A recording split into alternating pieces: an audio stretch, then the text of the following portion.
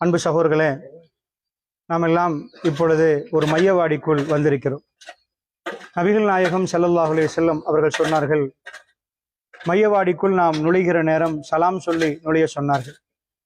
அஸ்ஸலாமு அலைக்கும் யா தார கௌமில் முஃமினீன் வ இன்னா இன்ஷா அல்லாஹு பிக்கும் லாஹிகூன் நஸ்அலுல்லாஹ லனா வ லகுமுல் ஆஃபியா. அஸ்ஸலாமு அலைக்கும் கபூர்வாசிகளே, நீங்கள் முன்னாடி சென்று விட்டீர்கள், நாங்கள் பின்னாடி வர இருக்கிறோம். உங்களுக்கும் எங்களுக்கும் சேர்த்து அல்லாஹ்விடம் நாம் பாவ மன்னிப்பு கேட்கிறோம் என்ற ஒரு பிரார்த்தனையோடு வர சொல்கிறார்கள். மையவாடிக்குள் நுழைகிற நமக்கு அந்த பிரார்த்தனை என்றால் அது வெறும் வார்த்தைகள் அல்ல. இங்கே கூடியிருக்கக்கூடியவர்கள் இல்லாமல் கபரில் இருக்கக்கூடியவர்களுக்கு சலாம் சொல்லக்கூடிய ஒரு இடம். நீங்கள் முன்னாடி சென்று விட்டீர்கள் என்ற ஒரு மெசேஜை நாம் சொல்லுகிறோம். நாம் பின்னாடி வர இருக்கிறோம் என்ற ஒரு செய்தியையும் பதிவு செய்கிறோம். நமக்குள் அந்த சிந்தனை வரணும்.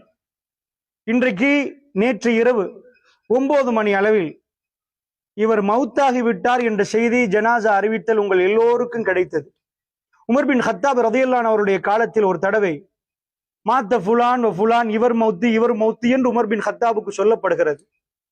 அவர் அந்த செய்தியெல்லாம் கியாதில் கேட்டுவிட்டு ஒரு விஷயம் சொன்னார். சயதி யௌமன் ஃபஸயகூலுன மாத்த உமர், ஒரு நாள் வரும், அந்த நாளில் நீங்கள் சொல்லுவீர்கள் உமர் மரணித்து விட்டார் என்று. அதுக்கு என்ன அர்த்தம் தெரியுமா? இன்றைக்கு நீங்கள் இவர் மௌத்து என்ற ஜனாசா செய்தியை கேள்விப்படுகிற மாதிரி ஒரு நாள் நாங்கள் இங்க இல்லை, மற்றவர்கள் எங்கள் ஜனாசாக்களை பேசிக் கொள்வார்கள். இன்னார் மரணித்து விட்டாரே, அந்த ஜனாசா அறிவிப்பை கேட்பதற்கு நாம் இருக்க மாட்டோம், நாம் மரணித்திருப்போம். அல்லாஹ்வுடைய நல்லடியார்களே, இவருக்கு வந்த இதே விஷயம் எங்களுக்கு வரப்போகிறது.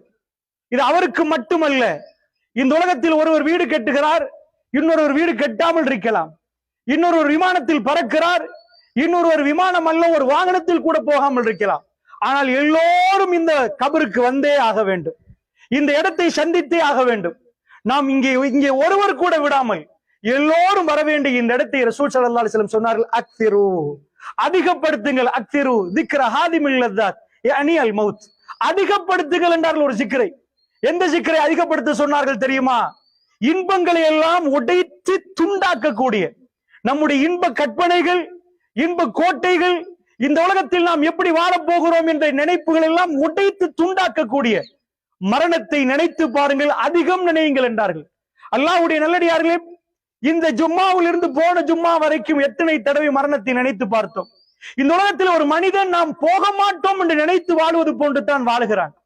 ஆனால் போக வேண்டிய சில இடங்கள் போனவர்களை பார்க்கிற நேரம் இஸ்லாம் அருமையான ஒரு பாடத்தை படித்து தருகிறது. இஸ்லாத்தை பொறுத்தளவில் நாம் நடத்துற பயான் மட்டும் பாடம் அல்ல, ஜனாசா என்பது முழு பாடம். ஒரு மனிதன் ஜனாசாவுக்கு கலந்து கொண்டால் அவனுடைய கல்பு அசையணும், அசையாவிட்டால் அவனை சிந்தித்து பார்க்கணும். ஏனென்று சொன்னால், ஒரு ஜனாசாவை பொறுத்தளவுல நாம் ஜனாசாவை முன்னாடி வைத்து தொழுதோம், அந்த தொழுகையில் சஜதா செய்யவில்லை. ஏன் தெரியுமா? எல்லா தொழுகையிலும் சுஜூது செஞ்சோம், எல்லா தொழுகையிலும் ருக்கு செஞ்சோம்.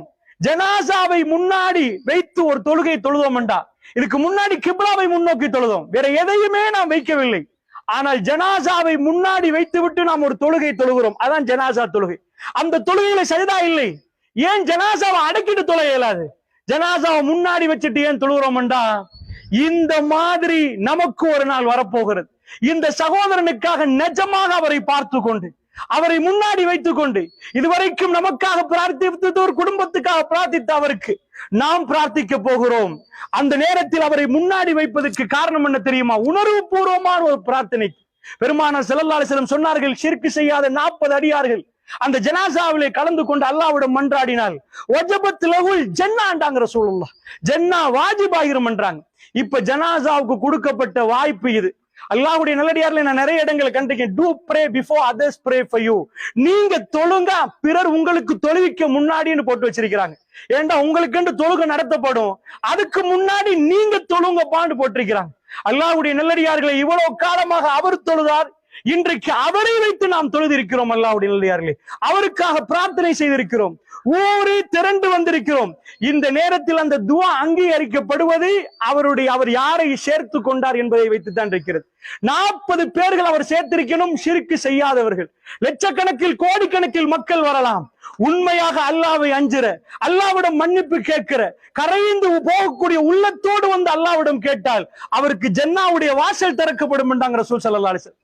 அப்படி என்றால் சகோதரர்களே, இந்த இடத்தில் வந்த நாம் ஒரு நியத்து வைத்துக் கொள்ளணும். நம்முடைய கடைசி பயணம், இந்த பயணத்தை நாம் மேற்கொள்கிற நேரம் எங்களுக்காக பிரார்த்திப்பதற்கு இந்த உலகத்தில் நல்ல உள்ளம் படைத்தவர்களும் மலக்குமார்களும் வானவர்களும் வர வேண்டும்.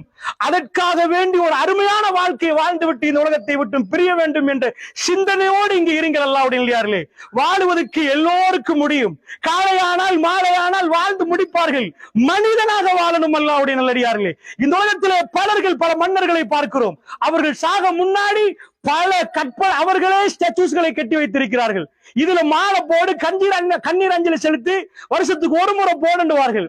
ஆனால் இந்த உலகத்திலே ஒரு மிக பெரும் ஒரு சமுதாயம் அவர்கள் ஒரு போட்டோவை கூட, ஒரு உருவப்படத்தை கூட மீய வைக்காமல் போய்விட்டார்கள். பெருமானாருக்கு எந்த உருவப்படமும் இல்லை. பெருமானாரு பின்னாடி உள்ள தோழர்களுக்கு எந்த உருவப்படமும் இல்லை. இன்றைக்கு போய் சிலைகளுக்கு மாலை போட்டுட்டு வர்றார்கள் வருடத்துக்கு ஒரு முறை. அவர்கள் யாரு கண்ணாலும் ஒரு துளி கண்ணீர் போகவில்லை. 1400 ஆண்டுகள் ஆச்சு. அந்த பாலைவனத்தில் வாழ்ந்த சஹாபாக்கள் வெள்ளையா கருப்பான்னு உங்களுக்கு தெரியாது. அவங்க எப்படி என்று உங்களுக்கு தெரியாது. அவர்களை பற்றி 1400 வருடமாக இன்றைக்கு உம்மத்து பேசுகிற நேரம் இலங்கை ஆளுகிறது, அமெரிக்கா ஆளுகிறது, பிரான்ஸ் ஆளுகிறது, யூகே ஆளுகிறது, உலகமே ஆளுகிறது என்றால் அவர்களை யாரும் பார்க்கவில்லை என்றால் அவர்கள் மனித புனிதர்கள். அவர்கள் சந்தூக்கில் போகிற நேரம் இந்த உலகத்தில் ஒரு செய்தியை பதிவு செய்து விட்டு போனார்கள். வாழ்ந்தோம். அவர்கள் வாழ்க்கை அல்லாஹ்வுக்காக வாழ்ந்து விட்டு போனார்கள். அவர்களை எங்களால் மறக்க முடியவில்லை. ஆனால் நிக்க வரட்டியில் ஒரு ஜனாசாவை நாம் அடக்கினால், உறவுகளே, உறவுக்காரர்கள் இந்த ஜனாசா இதனோட முடிந்தன்னு நினைச்சிடாதீங்க. உங்க வாப்பா, உங்களுடைய உறவு, அவரை திரும்ப திரும்ப இங்கே வந்து அல்லாஹ்விடம் மன்றாடி நீங்கள் பிரார்த்திக்கணும். ஆனால் சில இடங்களில் நாங்கள் பார்க்கிறோம், பிள்ளைகளை காணவே இல்லை. அடக்கின நாள் மட்டும்தான், வருஷத்துக்கு ஒரு முறை எப்பயாவது வந்து போவது, அவ்வளவுதான். அல்லாஹ்வுடைய நல்லடியார்களே, இந்த பக்கத்திலே நாம் வரணும். அல்லாஹ்விடம் நிறைய அவர்களுக்காக வேண்டி பாவ மன்னிப்பு கேட்கணும் என்று சொன்னால், இதுதான் நல்ல ஒரு மனிதருக்கு, ஒரு தகப்பனுக்கு, ஒரு முஸ்லீம் ஆகிய நாம் செய்ய வேண்டியது. அல்லாஹ்வுடைய நல்லடியார்களே, அந்த வகையில ஒரு அடிப்படையை நாம் புரிஞ்சு கொள்ளணும். என்ன அடிப்படைண்டா, குல்லு நஃப்ஸின் ஸாயிகத்துல் மௌத், எல்லா ஆன்மாக்களும் மரணத்தை சுவைத்தே தீர வேண்டும். மரணித்தாக வேண்டும் என்று குர்ஆன் சொல்லல. மரணத்தை சுவைக்கணுமா? நீங்க போய் தாகத்தில் இருக்கிற நேரம் தண்ணியை குடிக்கிற நேரம் அது ஒரு வகையான ஒரு பூஸ்டிங், தொண்டைக்கு ஒரு நல்ல ஒரு தன்மையை தரும். நீங்க ஒரு கூல் ட்ரிங்க குடிக்கிற நேரம் உங்களுக்கு ஒரு வகையா தரும். தன் வாழ்க்கையில 70 ஆண்டுகள் என்ன வாழ்ந்தோம் என்பதுதான் இப்பொழுது ஒரு மனிதன் கடைசி நிமிடத்தில் அவருடைய தொண்டக்குழிய உயிர் அடைக்கிற நேரம் அந்த முடிவைத்தான் அல்லாஹ் காட்டுகிறான். இந்த உலகத்திலே எதுவுமே நீங்க நினைச்சிடாதீங்க சும்மா நடக்குதுண்டு. அல்லாஹ்வுடைய திட்டமிட்ட அடிப்படையில் அத்தனையுமே நடக்குது. ரப்புக்கு உரியவர்கள் நாம், சொந்தக்காரன் அதை பார்த்து கொண்டிருக்கிறான் என்று சொன்னால், அல்லாஹ்வுடைய நல்லடியார்களே, அந்த வாழ்க்கை அர்த்தமுள்ள வாழ்க்கையாக நாம் வாழ்ந்தால் மட்டும்தான் அந்த சுவை நமக்கு வரும். இல்லை என்றால் அது கடும் பயங்கரமாக இருக்கும். குல் யதவஃபாக்கும் மலக்குல் மௌத் அல்லதி உக்கில பிக்கும், உங்களுக்கு என்று நியமிக்கப்பட்ட மலக்குல் மௌத் நேரம் வரும் வரைக்கும் பார்த்து கொண்டிருக்கிறார். இறைவன் அனுமதித்த நேரத்தில் புடுங்கி விட்டு போகிறார். நீங்கள் எங்கே வலவ் குந்தும் ஃபீ புரூஜி முஷையதா, நீங்கள் பிரம்மாண்டமான கோட்டையில் இருந்தாலும், ஒளிந்து போனாலும், இந்த உலகத்தை விட்டு நீங்க விண்வெளிக்கு போனாலும், சந்திர மண்டலத்துக்கு போனாலும், உங்களுக்குள்ள மலக்குல் மௌத் நேரம் தவறாம உங்களை பிடிச்சிருவார். இந்த உலகத்துல மரணிக்காத யாரும் இல்லைண்டா எங்க மரணத்துக்கு நாம தயாரான சிந்திச்சு பார்ப்பதற்கு சொல்கிறேன். அல்லாஹ்வுடைய நல்லடியார்களே, இந்த நேரத்துல ஒரு தகப்பனை விட்டு நாம் பிரிகிறோம். எனக்கு நன்றாக ஞாபகம், என்னோட ஒரு சகோதரர், ரொம்ப நெருக்கமான ஒரு நண்பர், வானொலியில அவர் என்னோட பலவாட்டி பேசியிருக்கிறார். அவருடைய ஜனாசாவுக்கு நான் கலந்து கொள்கிற நேரம், அந்த நேரம் கடுமையான வெயில் நேரம்.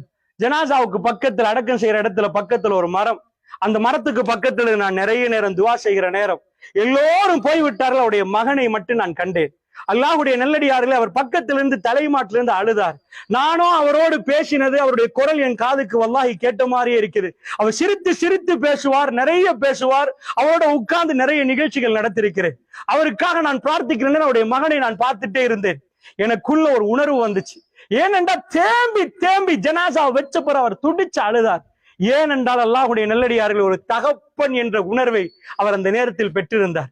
ஏனென்றா தகப்பன் அவர் இதுவரைக்கும் வந்து ஜனாசாவை தூக்கி வைக்கிற நேரம் வாப்பா புள்ளை எத்தனையோ தடவை தூக்கி இருப்பார், கடைக்கு கூட்டி இருப்பார், என்ன வேணும் என்று கேட்டிருப்பார். அந்த அன்பை நாம் புரியணும் என்றால் நம்ம புள்ள மேல நாம் காட்டுகிற அன்பை நினைக்கிற நேரம் நம்முடைய தாயின் தகப்பனை நமக்கு மேல எவ்வளவு அன்பு காட்டினாங்க என்பதை அதை வச்சு புரியலாம். அப்படியெல்லாம் செய்த ஒரு தகப்பனை கடைசி எவ்வளவோ தூக்கி, அவருக்கு நோய் என்றால் புள்ளைய கூட்டி போய் ஆஸ்பத்திரியில வச்சு என்ன வேணும் என்று கேட்ட ஒரு தகப்பன், அந்த தகப்பனை இந்த மையவாடியில வைத்து பிள்ளைகள் கடைசியாக தூக்குவார்கள், தூக்கி விட்டு வைப்பார்கள். அல்லாஹ்வுடைய நல்லடியார்களே, அந்த பையனுக்கு அதுதான் நடந்துச்சு. வாப்பா தூக்கினது இதுவரைக்கும் வாப்பா அவரை தூக்கினார். தன் வாப்பாவை கடைசி முறையாக தூக்கி நெஞ்சில வைத்து விட்டு கபரில் அடக்கம் செய்கிற நேரம் அவருடைய கல்வி தாங்கவே இல்லை. அல்லாஹ்வுடைய நல்லடியார்களே, தேம்பி தேம்பி அழுதார். வந்தவர்கள் எல்லாம் பிரியாவிடை கொடுக்க அவரால் தன்னுடைய தகப்பனுக்கு பிரியாவிடை கொடுக்க முடியாமல் இருந்தது. இது பாலைவனத்தில் ரசூலுல்லாஹ்வுடைய ஜனாசா நேரம். எல்லோரும் வந்து ஜனாசாவை அடக்கம் செய்துவிட்டு போகிறார்கள். நடு நிசி பாத்திமா ரலியல்லாஹு கேட்டார்கள், என் வாப்பா முகத்தை பார்த்து உங்களுக்கு மண்ணு போட தோணிச்சான்னு கேட்டாங்க. அல்லாஹ்வுடைய நல்லடியார்களே, இதுவரைக்கும் குடியில விழுந்தவரை நம்ம தூக்கி எடுத்திருப்போம். இந்த இடத்தில் நாம் எல்லோரும் சேர்ந்து அவரை புதைத்திருக்கிறோம். நாம் மண்ணை தூக்கி அவர் முகத்தில் போட்டிருக்கிறோம். ஏனென்றால் அவர் மரணித்து விட்டார், அவரை அடக்கம் செய்யணும் என்பதற்கு பாத்திமா ரலியல்லாஹு துடித்து போய் கேட்டார்கள். நாயகம் ஸல்லல்லாஹு அலைஹி வஸல்லம் அவர்களை கொஞ்சமும் ஒரு முள் தைத்தால் கூட ஒரு தோழர் தாங்க மாட்டாரு. பெருமானார் மீது யாராவது தப்பா சொன்னால் கூட தாங்காத தோழர்கள் உள்ள ரசூலுல்லாஹ் 1400 ஆண்டுகளாகி முஹம்மது ரசூலுல்லாஹ் என்றால் எங்கள் கல்விகளை பறிகொடுத்த ஒரு உம்மத்தினருக்கு சொந்தக்கார தலைவர் அவர். அப்படிப்பட்ட ரசூலுல்லாஹ் அவருடைய மகள் கேட்டார்கள், உங்களால் என் வாப்பாவை பார்த்து முஹம்மது ரசூலுல்லாஹ்வை பார்த்து மண்ணை போட தோணிச்சான்னு கேட்டார்கள். எவ்வளவு கஷ்டப்பட்டு சஹாபாக்கள் அவரை மண்ணை போட்டிருப்பார்கள்.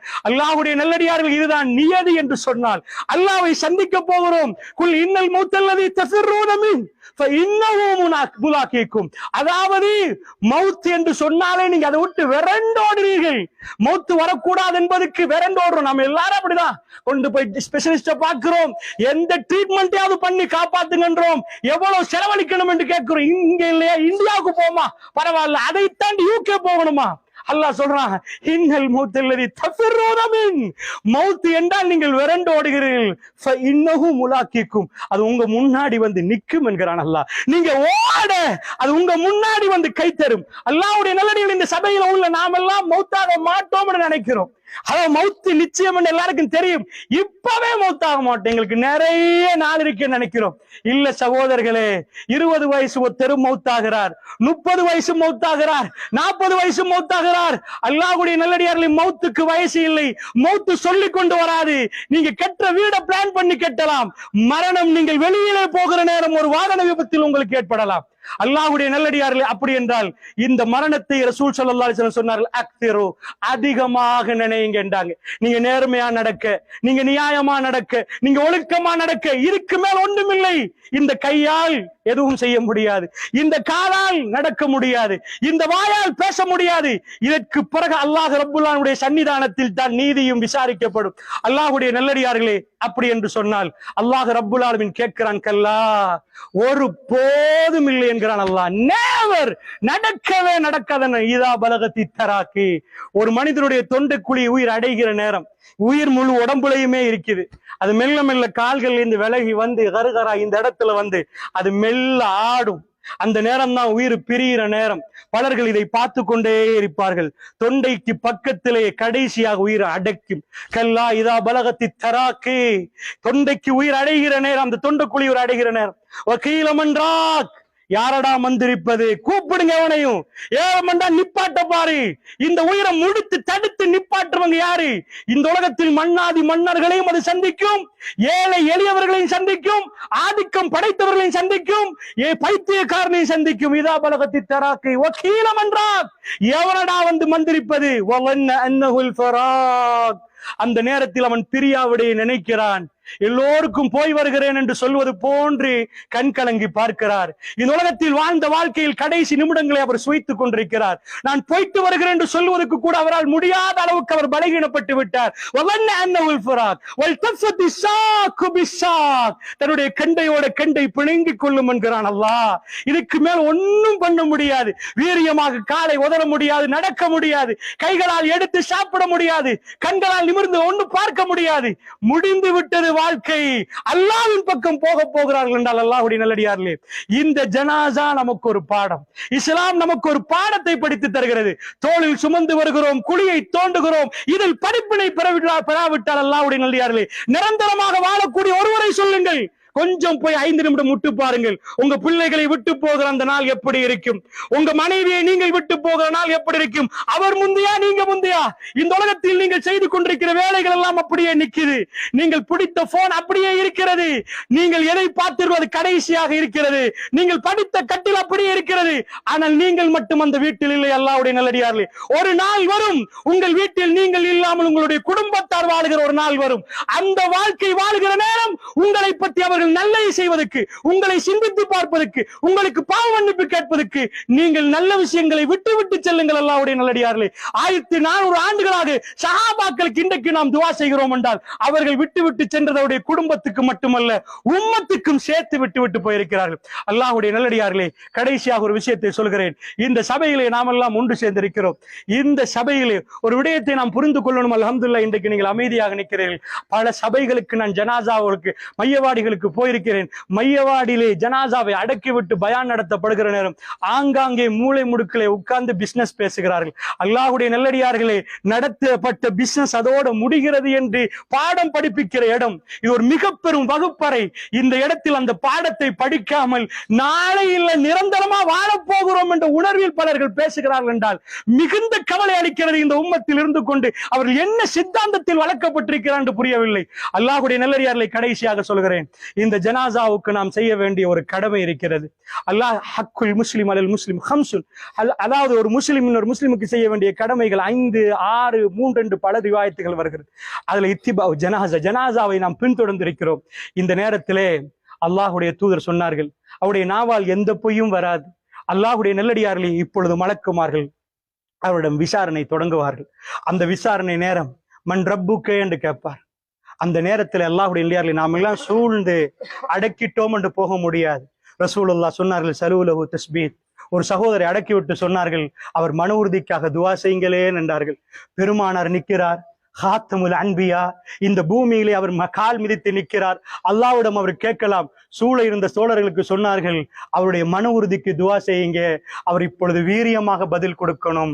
மன்றப்புக்கு விசாரணை நடத்தப்படுகிற நேரம், மலக்குகள் கேட்கிற நேரம், அவருடைய கொள்கை இப்பொழுது வெளிப்பட வேண்டும். அல்லாஹ்வுடைய நல்லடியார்களே, அப்படி என்று சொன்னால் சகோதரர்களே, நாம் எல்லாம் ஒன்று சேர்ந்திருக்கிறோம். நமக்கு பின்னாடி உள்ளவர்கள் நமக்கு செய்ய வேண்டும் என்றால் நாம் நின்று செய்துவிட்டு போகணும். அல்லாஹ்வுடைய நல்லடியார்களே, இப்பொழுது கொஞ்ச நேரத்தில் அஷருக்கு அசான் சொல்லுவார்கள். அதுக்கிடையில் அல்லாஹ்வுடைய நல்லடியார்களே, இவருக்காக வேண்டி நீங்கள் உங்களுடைய முழு பிரார்த்தனையை செய்யுங்கள். சிலர்கள் பிரார்த்தனை எப்படி செய்கிறார்கள் என்றால், யா அல்லாஹ் இவரை மன்னித்து விட, முடிந்து உனக்கு எல்லாம் தெரியும் தானே.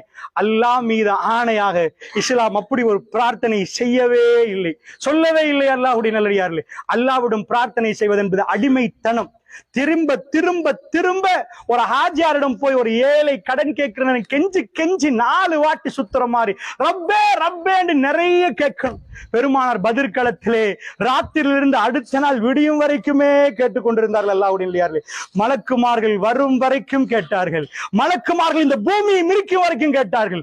பதிலுடைய வெற்றி அந்த துஆவில் இருந்தது. அல்லாஹ்வுடைய நல்லடியார்களே, இன்றைக்கு இந்த உம்மத்துக்கு மீந்தி இருக்கிறதும் அந்த துஆ தான். பலஸ்தீனத்திலே சகோதரர்கள் அவர்கள், அதாவது அடுத்து இந்த ஜும்மாவில் உள்ளவர்கள் அடுத்த ஜும்மாவில் இல்லை என்று சொல்கிற அளவுக்கு படுக்க, அதாவது கொத்து கொத்தாக கொலை செய்யப்படுகிற நேரம், இஸ்ரேல் வீசக்கூடிய மிசைல்களை தாண்டி எங்கள் கையில இருக்கக்கூடிய துஆ பலமானது. பத்ர் களத்திலே 300 பேரும் 1000 பேரும் நிற்கிற ரசூலுல்லாஹ் கேட்டுட்டே இருந்தார்கள்.